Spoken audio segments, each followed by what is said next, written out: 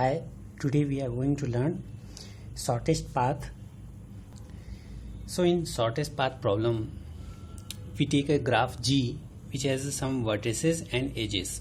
For example, in this graph A, B, C, D, D, E are vertices, and AB this is one edge, CB this is one edge, AC is one edge, and the direction is mentioned, so it is directed graph. तो किसी भी एक vertex से another vertex अब total weight जो है वो क्या होती है फ्रॉम जिसको इंटरमीडिएट वर्टिसेस हैं उनसे जो एज क्रिएट होती है उनका सम. सो ये कोई सिटी का ग्राफ है, डायरेक्टेड ग्राफ हमने क्रिएट किया है. फॉर एग्जांपल ये ए टू बी डिस्टेंस कितना है 3 kilometre, A to C 5, C to B 4, C to D 6, E to C 2 and AE also 2. So अगर हमें A to D हमें पाथ फाइंड करना है P और इसका टोटल वेट फाइंड करना है तो A to D कितना होगा 5 और प्लस 6 11. और अनदर वे है 2 प्लस 2 प्लस 6 मतलब 10. So this is path weight. Through this formula we can find path weight, and the shortest path क्या होता है जो टोटल पाथ वेट है उसमें मिनिमम वैल्यू. सो अगर हमें ए टू डी हमें फाइंड करना है शॉर्टेस्ट पाथ, तो हम देखेंगे आपको कौन कौन से पाथ मिल सकते हैं. एक तो ए सी डी है, इसका वेट कितना है 5 प्लस 6 11. दूसरा मिल सकता है ए ई सी डी, ये कितना है 2 plus 2 plus 6 that is 10. Is there any other path?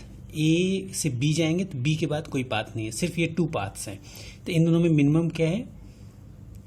Minimum आपका 10 है. तो shortest path from A to D is 10. और वर्टिसेस कौन से होंगे? ए ई सी और D.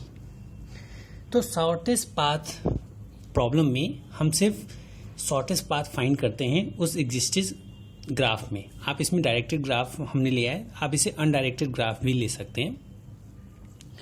So variant of shortest path is single source shortest path.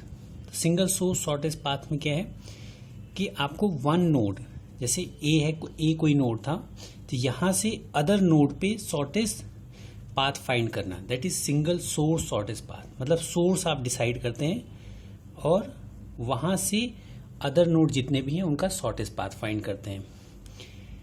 Single destination shortest path में क्या करेंगे? कोई एक डेस्टिनेशन आप डिसाइड कर लेंगे. फॉर एग्जांपल डी एक डेस्टिनेशन है, तो डी की सारे वर्टिसेस से कितना शॉर्टेस्ट वैल्यू है. जैसे बी से अगर हम फाइंड करें तो बी से तो इनफाइनाइट है, बी से डी तो हम कभी नहीं पहुंच सकते.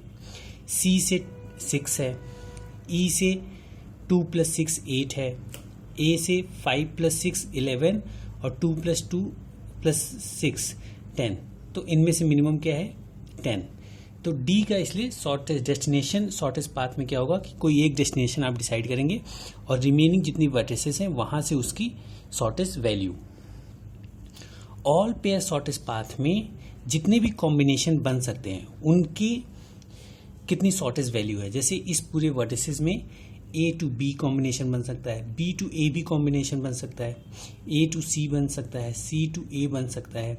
ठीक है, सी टू ए जबकि इनफाइनाइट है, ए टू सी 5 है, ए टू बी जो है 3 है, बी टू ए इनफाइनाइट है. तो सारे ऑल पेयर शॉर्टेस्ट पाथ में सारे जितने भी पे वर्टिसेस हैं इनका आपस में शॉर्टेस्ट पाथ फाइंड कर सकते हैं. ए बी सी डी ई यहाँ थे, A B C D E again लिख लो. तो ए का सबसे,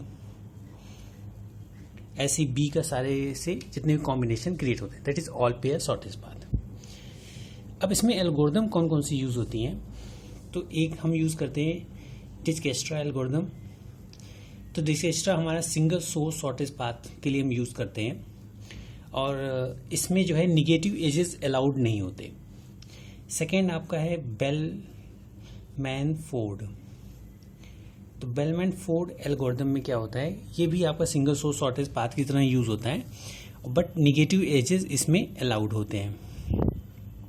और फ्लॉयड वॉर्सल हम यूज करते हैं ऑल पेयर शॉर्टेस्ट पाथ के लिए. So this is shortest path problem and it's variant. Thank you.